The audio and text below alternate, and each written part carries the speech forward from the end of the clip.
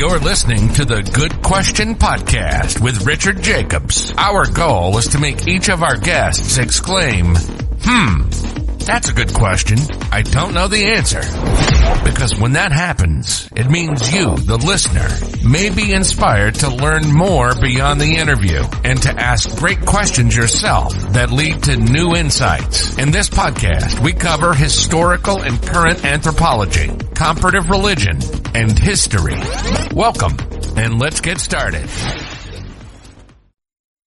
Hello, this is Richard Jacobs with the Good Question Podcast. My guest today is Daniel Betts, BETTS. He's a husband, father, defense attorney, conservative Texan, and he's running for Congress. Is this the 6th district or which district? This is the 21st Congressional District. Thanks for having me.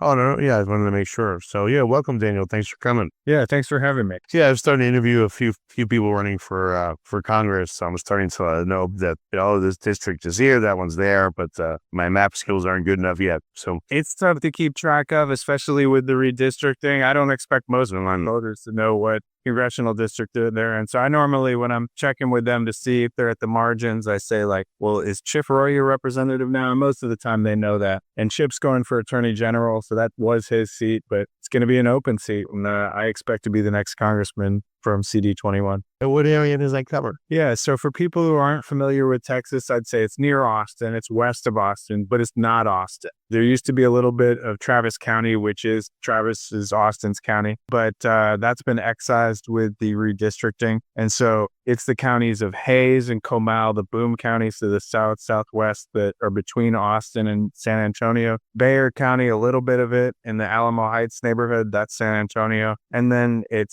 stretches straight out west. So Blanco, Kendall, Kerr, Gillespie, Bandera, and Real County. So a pretty big swath that's about 3 hours end to end driving. So put a lot of miles on my car, I tell you what. Really? All right. When and the election will be what, November 5th, 6th, approximately, or when will it be? Election will be next to the, general election will be next November. 11 months from now. But the important dates to remember for this district, this is a +12, or President Trump won it by +12 in his last election. So what is that, 62-38? So this is a Republican in a heavily Republican district, and it will be won in the primary. And Texas has a runoff system. So since there's, I think last I checked, there were originally 13 who said they were going to run it. I haven't actually looked at it since earlier this week to see how many paid the filing fee and actually got in, but I think around that. So there's a large number of people, and only the top 2 will make it to the runoff. And then the runoff election, so the primary is March 3rd, and then the runoff election will be May 26th. And mathematically, it's going to be very difficult for anyone to come out of the primary with more than 50% of the vote. It's very unlikely to happen. So I think everyone expects this to be a runoff election, and that's where it's going to be won. And so we should know who the next representative for TX21 is going to be May 26th, May 27th. Gotcha. So even though it looks like, you'll be, are you literally running unopposed, or? Oh, no. So maybe I wasn't clear. There's 13 people that have declared for this seat on the Republican side in that primary. So that's why I'm saying you split the vote up and everybody got an even share. Oh, I don't know. What would that look like? That looked like somewhere around like 8-9% each. And so for somebody to get from, like the average of that all the way up to 50%, that's going to be difficult. And that's why I say I expect that there will be a runoff in this race. Okay. How do you, as a candidate, how do you find out what the issues are? I always hear people talking about the issues, but sure, does anyone let any official know what they want, what they don't want? Like, or do they just assume, or they do polls? I think that it comes down to, I don't think anybody's really running polls on those types of issues right now, just in terms of the amount of money that people have raised and better places to spend it. But I think it comes down to how good of a candidate you are, and, how good you are at doing the role of the job that you're applying for. Yeah, this is a congressman, but I prefer to call them a representative. And so they need to be a servant, truly, for the people. And so you have to get and talk to people, and you say, well, and I had some ideas about what I thought, like you said, quote unquote, the issues in the district were, stuff like the July 4th flooding that occurred in Kerrville, the center of my district. And that is absolutely a big issue. But there are other issues that were hidden below the surface that I wasn't aware of until I got educated by, my voters. So I think it's so important for you to get out. And some of my opponents have difficulties where they don't stop talking about themselves. And that's not a good way to be a representative. You need to lead by saying, my name's Daniel Betts. I'm running to be your next representative. What's your name? What do you do? And then you're going to get a real representative idea of what people care about, because they're going to tell you. And people are starving to have a voice right now. We have, there's so many different ways that we see it in our society. Like, you can't speak to a human on the phone if you've got a product that you paid good money for that's not working. You get routed through phone systems and then to AIs and stuff. So people don't feel heard, and they are ready to tell you what their issues are and the issues that they see as most important in the district, if you're willing to listen. Again, how does anyone find out what the issues are? I don't know. Would this be possible that someone, in Congress or even local city council, whatever, they had, let's say, a website where people can go and vote on, or just, type in what the issues are that are bothering them, and it sorts it from most to least frequent. I guess you might have to have corroborated with someone's ID so someone doesn't spam it. What if you show the leaderboard, 36% of people in your district want X, 21% Y, and you can literally tell them, all right, this is what you guys said, so I'm going for it, Yeah, no, I think that's one way to do it. I mean, you got two ways you could do it that way, because you either already know what you think the issues are and then you give them multiple choice. The problem with doing it where it's just they fill it in is you have to correlate those. Some people are always going to say an issue in a different way, or maybe, some of the higher end issues, like people will know, like the battery energy storage systems are a real big one in my district, the BESS. And most people who are hip to that issue will know to call it that. But, people might say green energy subsidies and the effects that they have. And that's really the same issue. And so you'd have to, any data is only as good as the analysis that you're able to do of it. And so you certainly could do that. I like to talk to people. I like to just get out. There's a lot of these events where people know that you're going to be there, and they know that you're, the guy who is going to represent, or is, applying for the job to represent them. And so I like to hear people tell it to me personally and kind of get an organic sense of, that's the second time that I've heard about Sharia law today, or, that I've heard about, we needing Republicans to have a solution for healthcare and not just say, oh, we hate Obamacare. And Obamacare is manifestly unaffordable. It is not they called it the Affordable Care Act to obfuscate its true nature. But that doesn't mean that needs to be the end of the conversation. We got to, come up with solutions as Republicans. And so you hear these things and you start hearing them again and again. And it's almost a holographic thing, where you see little bits and pieces of it. And some of these issues spill over into other issues, like water. Water is related to the BESS issue because of the cooling that's necessary for those things. Same thing with AI data centers and the nuclear that we're going to need to run those. All of these issues kind of fold back in on themselves. And for me,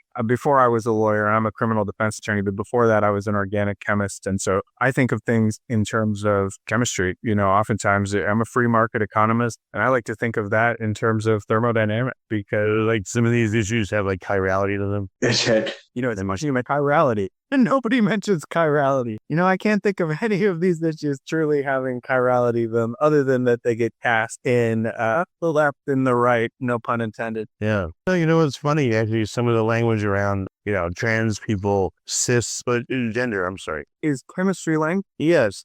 I forget what else. Trans, 5-benzyl hydroxyl cis toluene, whatever it is. But it's kind of funny that you know that. With a double bond, that those constituents are on the same side or on opposite. Yeah, absolutely. Yeah, but that's how they co-opt that language so that it has the of scientific authority to it, but really it's very surface level understanding. So when you got it out there and talked to people, what are there any commonalities in what they want from their elected officials? And it doesn't matter the level of the official. Yeah, I think that people in my district, I'll speak to specifically, they are tired of the status quo. They view Republicans who they see as part of the establishment very skeptically.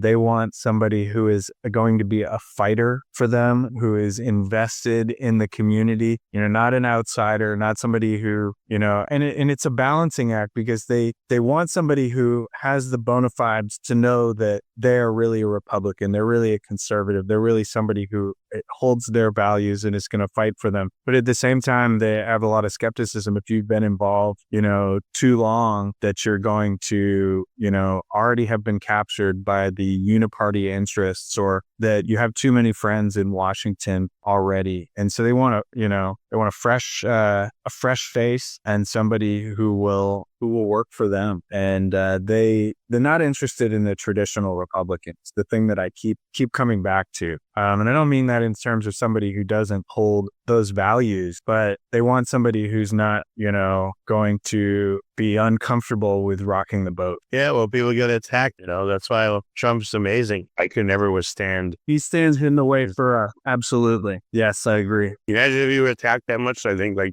99.999% of people would crumble. I don't know how he does them. I know. I mean, it was really difficult the last during the Biden years, just like watching the stuff that they would bring at him. And that's what, really, and in his first term too, I'm a criminal defense attorney, which, I think at least before, Republicans might kind of look askance at me and say like, are you really a conservative? Aren't you doing what those liberals do? But after we've seen the lawfare that has been wielded against conservatives and Trump specifically, I think that a lot of people recognize the need to have somebody who's a fighter on that side, who knows the type of dirty tricks that they use and how to counter them, and who is a student of the Constitution. Because that's where I'm a constitutional lawyer. I defend the First, Second, Fourth, Fifth, Sixth, and Eighth Amendments to the Constitution every day. And I'm a big fan of the 10th Amendment and states' rights. That's really my core ethos, is that we need to bring power from the federal government back to the states where our founders intended it to be. It's that concentration of power there that allows them to weaponize government against us, and it's a problem. So what's I spoke to the editor of the Heartland Journal. They're pretty big. They cover non-federal or non-national stuff, statewide, citywide. I said to him, what's the corruption like amongst the people you've spoken to? And he said, the first term for a lot of people, we all honest, they get in there, they try. We had a second term, special interest. We've got about half of them. Third term, forget it. They've been there that long. What's your perception? Do you think that, politics, in order to get into it and stay into it, does it compromise you no matter what you do, or what happens to you? Like, how do you and your integrity? Yeah, I'll talk about that. I think there's two things that I would say in that regard. I do think that the research that we've seen indicates that corruption happens at about the 6-year mark, kind of on the same timeline that you're saying there, maybe a little bit later. But that's when it really tends to set in, regardless of what the office is. And so I think for me personally, I'm a Christian. I have a personal relationship with Jesus Christ that I intend to take with me to Washington. And I think that if there is anything that can stop me from being corrupted by those interests, it's that. But I am also aware of the true Leviathan that I will be walking into. And I do think that it is the nature of the beast that it does change you. I'm not sure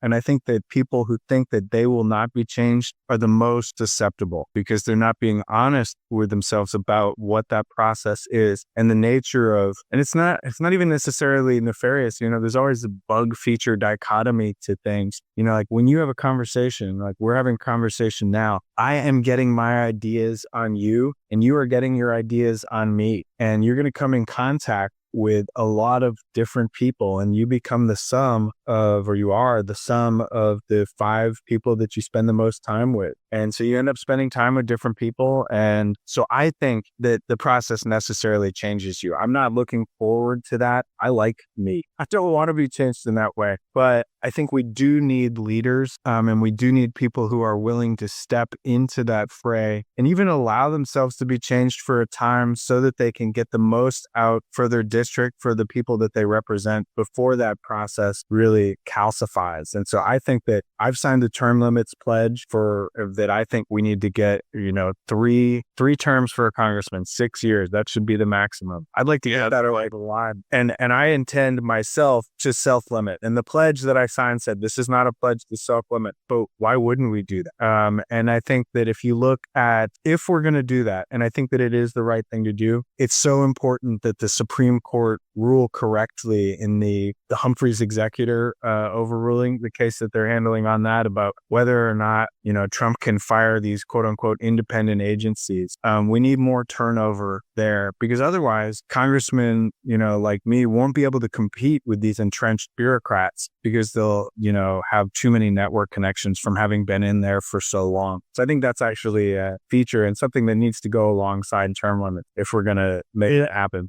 It's probably going to sound really, like skeptical, but it just seems to me like the only point of a bill in Congress is a way to steal money. Like I saw this like with the COVID bill, the original one, they had like 23 million to Pakistan for gender studies, like 80 million for the Kennedy Center. So I think, again, I may be wrong, maybe it's ridiculous, but it seems like they pick a cause, three-headed kids with no tongues, and we're going to put this bill out to protect them, and we're going to skim 90% of it, and then we'll sprinkle a little bit of money around, we'll make it look like we did something, but once it gets passed, we're good. They don't have to worry about it, and then on to the next grift. And it just seems to me like that's what goes on. It's like Congress is just there to like be a parasite on the American people. They don't do anything good that I've seen, like nothing. That's just my opinion. But I don't think that you would be being cynical and having that idea. I do think that the reason you feel that way is because there's so many instances where that has been the case. And that's one of the reasons that I, as a constitutional conservative, when I call myself a constitutional conservative, I mean getting back to originalist principles of what the Constitution and our founding fathers intended for our republic, not a democracy, but a republic, to be like a representative republic. And we were not supposed to have legislators who made a career of it and got so entrenched and got corrupted by it, by special interests. And it is easy. The easiest thing is to take taxpayer dollars and spread them around to the people who will help you get reelected. That's a first order way to do that job. It's not a good way. But what I want to do is I want to find places that the federal government has overreached and should never, under originalist constitutional principles,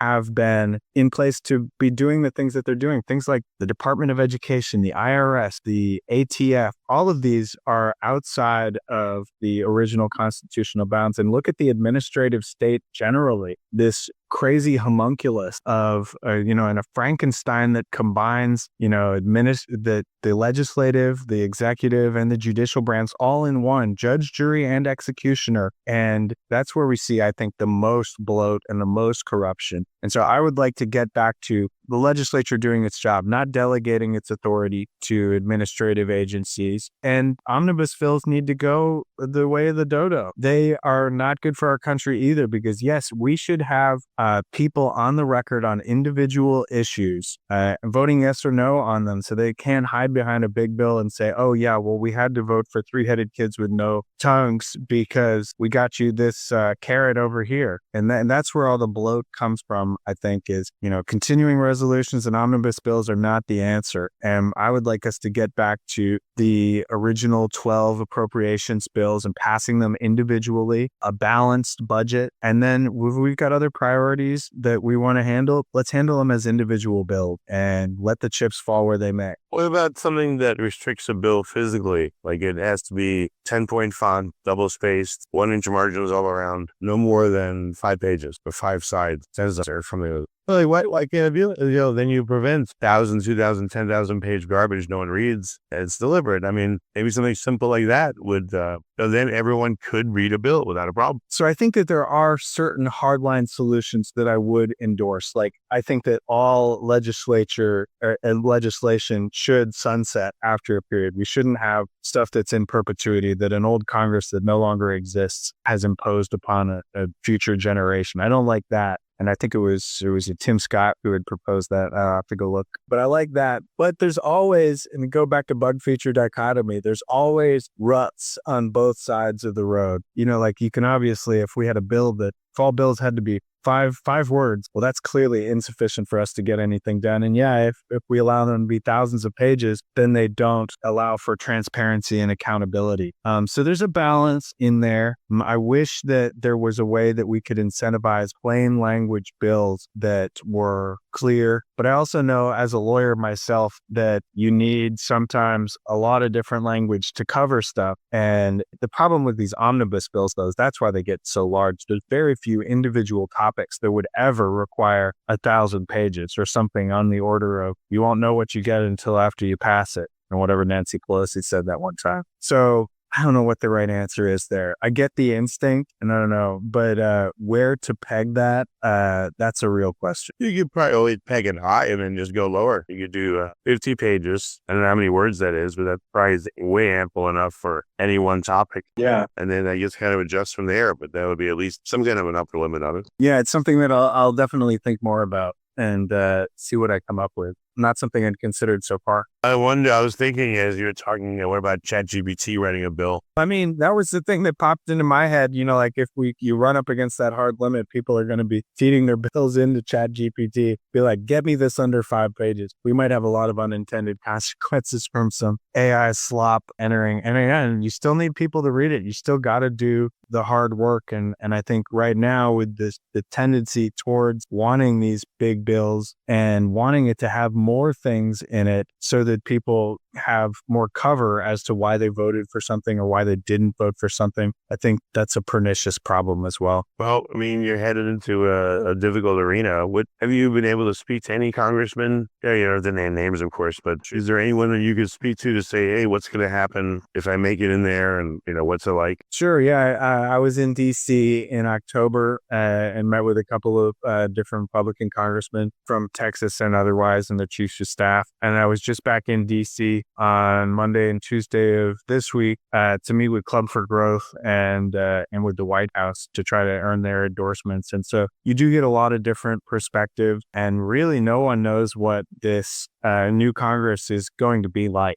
We don't know who's going to have control, and that's going to dictate a lot about what happens there. I mean, it's tough to say. The speaker has been getting a lot of shots fired from within recently, and you never know. Everybody was surprised with McCarthy, how he got ousted. And I'm not saying that Speaker Johnson is going to be ousted by any means, but there's a lot of agitation within the Republican caucus. And I think we may be seeing near to a transition point where generational interests, as more millennials like I am are entering Congress, our lives have been defined by different events than Gen X and the boomers, like defined by 9/11 and how we feel about the Iraq and Afghanistan wars, and then by the crash in 2010 and by COVID. And so people of my generation have a lot less tolerance, I think, for nonsense, because it feels like our whole lives have been nonsense. Yeah. It's like one manufactured crisis after another, I know. Tough to keep up. Well, look at COVID. I mean,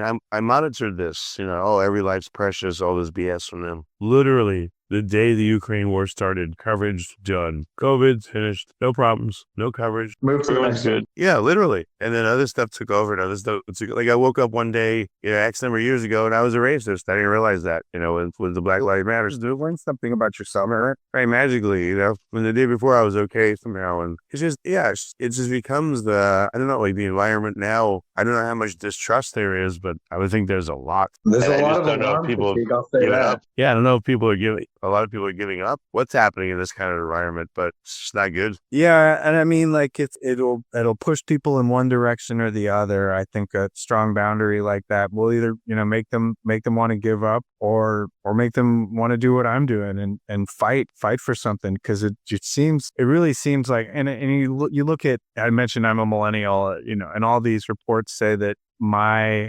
capacity for earning, my capacity for living the American dream is diminished with respect to my parents. And I don't know if that's going to be true or not over the course of my lifetime. It's certainly been difficult. I won't say otherwise. But we can't, especially those of us who are parents, we cannot allow that to happen for our kids if it happened for us. Our kids we need to have an inflection point. We need to be trending upward, because I don't believe that America's best days are behind them, like Barack Obama said, and that we need to manage manage the decline. Like bullshit. The American dream is alive and well, and we need people who believe in it to step up and fight for it, because we've got one heck of a document in the Constitution, a near sacramental document that is the sum of all human knowledge and about history and the way that the human spirit is and works, and the incentives need to be put in place to manage it. And we have still a very important opportunity. And so I think there's a lot of people like me from my generation and otherwise who want to fight and are ready to fight. Yeah, I wish Congress would understand they've done a lot of damage, like with COVID and with, all the politics and just making them so divided. I've heard this, many families, I don't talk to my brother anymore. They're crazy. I don't talk to our mother anymore. I don't talk to her. That's what has been done. And I don't know they realize nor care that they've really done some serious damage to the fabric of our society. And you think the greed and all that has gotten to a place where, again, they don't care who lives or dies or what happens to them. And it's a big problem. Yeah, no, it is really sad. And I'm not, I am a strong conservative and I'm a fighter for our ideals, but I think that the way that we win is by winning hearts and minds. And you cannot win hearts and minds if you're not in community with the people that you're trying to convince. People don't care what you think until they think that you care. And so you need to be friends, if you're a conservative, with liberals who disagree with you about some things that you might think are fundamental and are fundamental to you. But I think it's important to remember that even in these deep disagreements, I still think that there is more that unites us as Americans than not. And you have to be careful not to ascribe bad motives to the other side, even when it really, really feels like that. And it definitely does feel like that. But a strong reaction is a convertible reaction. And so when people come at you hard, you got to come back with love, and you have to stand in the pocket and take the heat. And I think that there is hope for, future generations in terms of their susceptibility to conservatism, say. And so I think the future is bright for us as Republicans or as conservatives, really, which is what we should be before we're partisan people. Where can people, how would they get in touch with their congressperson if they really wanted to? I mean, does it have to be dozens or hundreds of calls, physical letters? Like, I know you're not yet, but as a congressperson, how do they know, like, they better pay attention to this? Yeah, I think that it does matter when you pick up the phone and you call their office in Congress. It matters when you pick up the phone and call their local office. Those messages do get through, and sometimes you do have to be persistent. And how persistent you have to be depends on the person that you're talking about who's representing you. But I would encourage people, don't pick up the phone angry. Recognize that the staffer that you're going to talk to, when you call that office, they're not mad at you already. And so, yeah, pick it up and say, learn their name, repeat their name back to them. Say, Hampton. And I'm just thinking of one that I communicate with. That's why I pulled that name out. Hampton, it's nice to meet you. And then remember their name for when you call back and say, like, last time I talked to Hampton, and then they'll know it. You're starting to, for them to recognize that you are. And so that's the way that you form relationships, is by thinking about the other person. And so, yeah, it's tough because, each congressman is representing not quite a million people, but it's getting closer all the time. And our founding fathers originally intended for these representatives to have many fewer people that they were representing. But because of there's an act from, I think it was 1929, but I think it's called the Permanent Apportion Act. And it basically says we're sticking the number of representatives, and it's not going to keep increasing. And because the population of our nation has been increasing every cycle, you have to represent more people. And so it's a challenge for congressmen, but they want to be connected to the people. And so it's really an opportunity for them when you call. Just don't go in hot is what I would say, because I think too often we don't like our politician, and it's a self-fulfilling prophecy. I can tell you, people out on the campaign trail, sometimes they yell it, and it's not that I wasn't, and it brings my hackles up in ways that I don't even intend to have happen. And you have to be real intentional about, bringing down the temperature, but they're mad for a reason. But sometimes we get the exact type of politicians that we ask for with our actions. Yeah, that's a tough thing. I mean, do you feel like you have to really toughen yourself up? If this works out for you and you get in there, is it going to be a real difficult thing for you, or what do you think the experience is going to be like? Yeah, I wouldn't say that it's easy, and I'm a people person. Like I love interacting with people, and before I did this thing, I didn't think that I had an upper limit to my capacity to interact with people. But a thing that I have noticed, and maybe a reason that politicians have that, like so often that feeling that they're looking past you, that they're not really seeing you, is that each human interaction, when, like I talked about earlier, getting your ideas on me and my ideas on you, that takes psychic energy out of you. And I just mean just takes energy out. You get tired the more of them that you do. And I don't mean that in a woo-woo way. It's just true. And so if you go and you have those true interactions with your voters, at the end of the day, you may be wiped out. That's pretty normal. And if you were really doing it and really engaging with the people that you represent, it can take a lot out of you. Absolutely. And so it is not an insurmountable burden. But if you're doing the job right, I do think that it should be taking a lot from you. You're giving to the community in that way. And that's another reason that I don't want to do it for more than 6 years, is I intend to give my all and fight like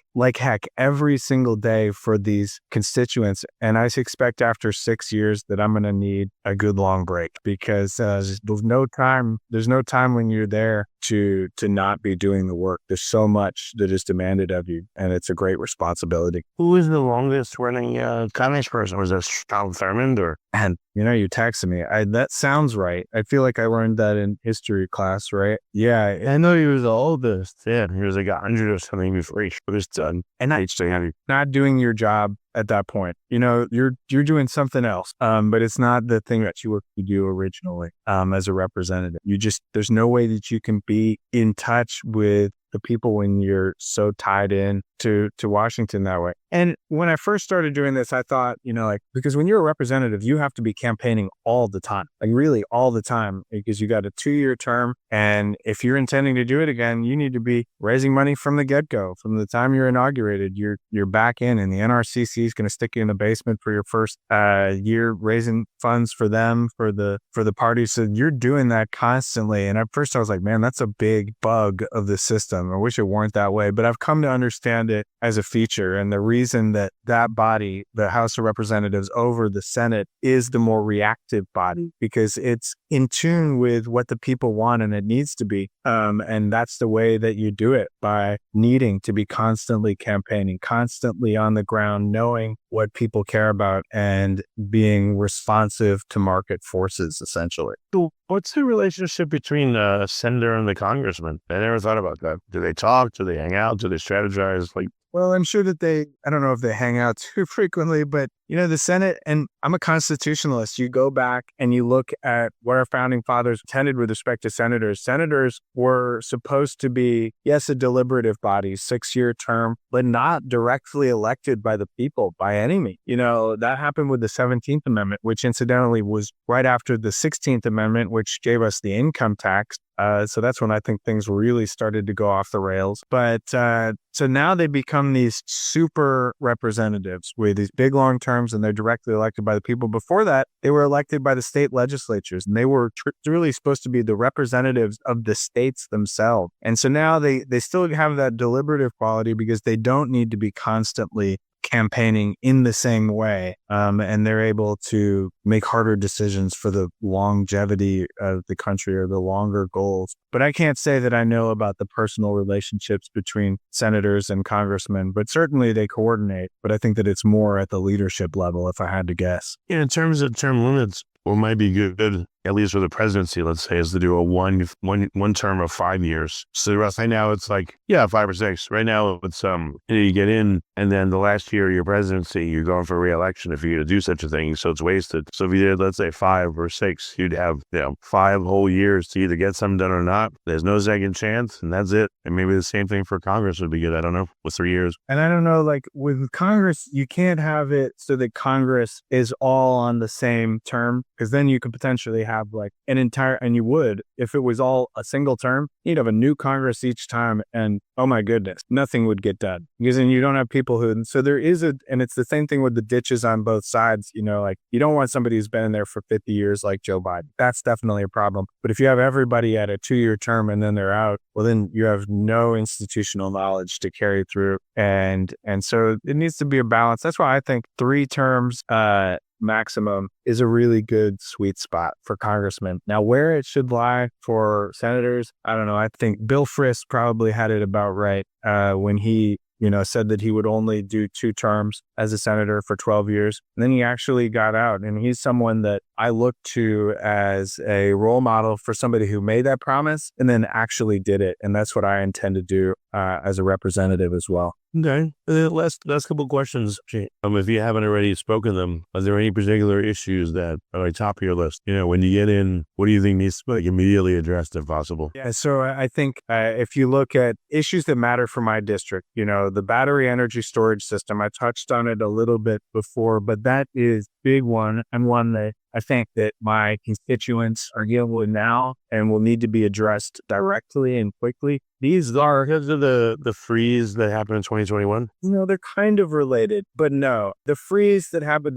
the winter storm Uri, really the cause of that was people, liberals especially want to say Texas's grid is terrible, and and these don't directly address that. The reason that happened is that there were Obama era regulations in place that prevented our gas pipelines from being run on natural gas, which is the most natural thing to do because it's right there and available and it's an easy source of, and they required them to be run on electricity. And so when things started to go down, that sends shocks through the system and then you're not able to get the gas lines back up and running because it's cold enough. That cold has caused the water that's in the gas lines to come out and to crystallize. And so that is, I think, the primary culprit of Winter Storm Uri and why that had such negative effects on Texas's grid. It was because because the free market wasn't allowed to operate in energy and do the things that would make the most sense. And there wasn't any good reason to require electricity only. It's just because we wanted to punish natural gas, or the Obama administration wanted to. But what BESS is it's these huge lithium-ion batteries, oftentimes the size nearly of a football field. So it's not like when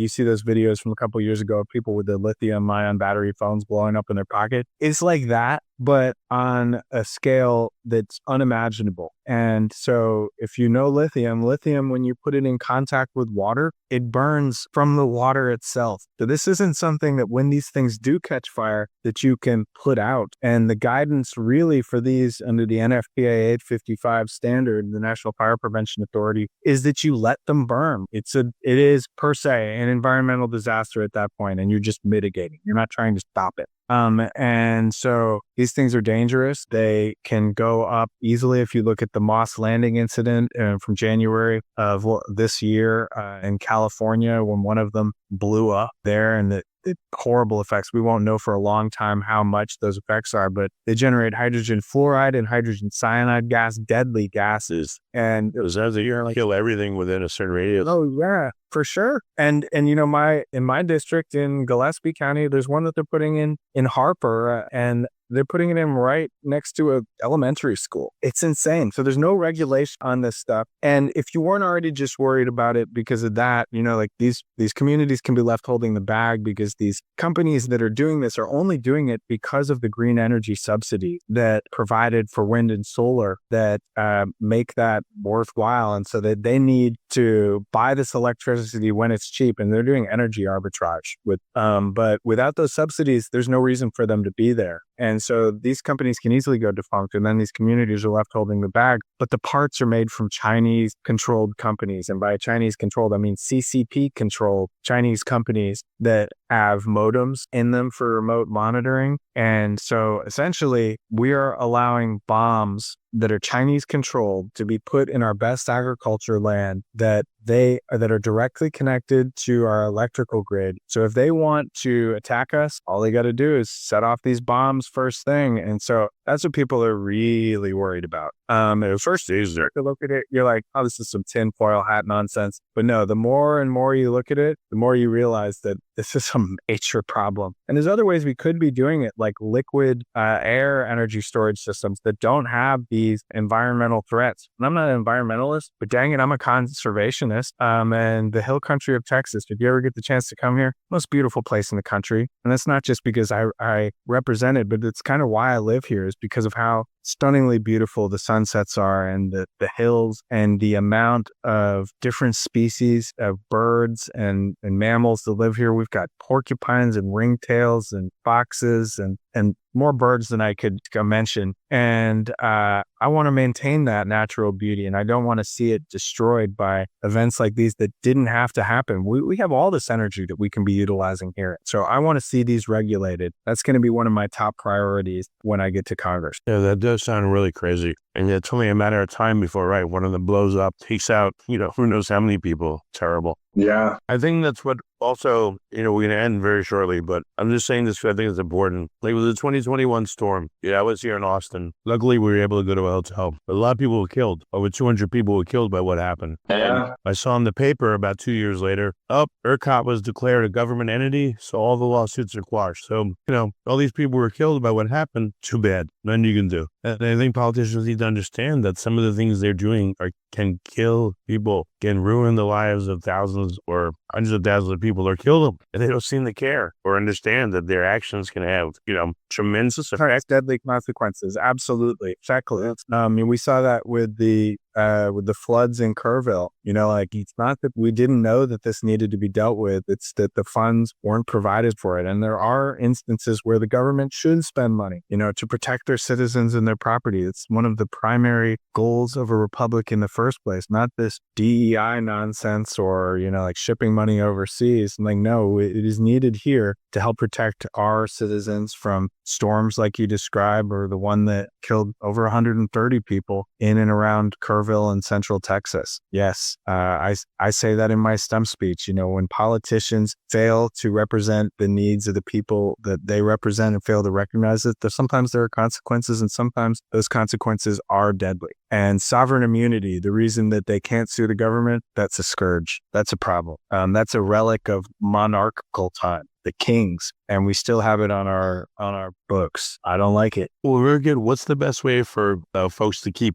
tabs in your campaign? Where should they go? Yeah, for sure. You can check out my website, which is my last name. That's BETTS. We say all bets are off, or sometimes we say bet on bets. It'll pay out big. And betsfortexas.com. You can also check me out on X, or if you prefer Twitter, at betsfortexas.com. And that's where you can find me on all the social media platforms. And if you like what you heard, then you need to put your money where your mouth is, because these campaigns are run based on dollars that get us eyeballs. That of those, some 700,000 or more voters that are in this district, they need to hear my message. They need to know that I'm here to represent them and their interests, and that I'm doing it with the heart of a servant and not someone who's trying to enrich myself. Someone who intends to stick around for a very short period of time and then bring back to the community all those relationships and the things that I've learned. And I would be truly honored by anything that you're able to give. If you can give $100, that reaches 1,000 voters. And because of the nature of this race, we only need 30,000 strong voters to win this thing in the runoff and the primary and the runoff. And I would be honored if you were one of those 30,000 and you can help bring others to our side. Excellent. Well, thanks, Daniel, so much for coming on the podcast. I really appreciate it. I really appreciate you talking with it. It was a good conversation. I look forward to doing it again in the future. Excellent. If you like this podcast, please click the link in the description to subscribe and review us on iTunes. Thank you for listening to the Good Question Podcast. Please email support@thegoodquestionpodcast.com if you have any referrals to great guests for us to interview. Visit thegoodquestionpodcast.com to hear more interviews.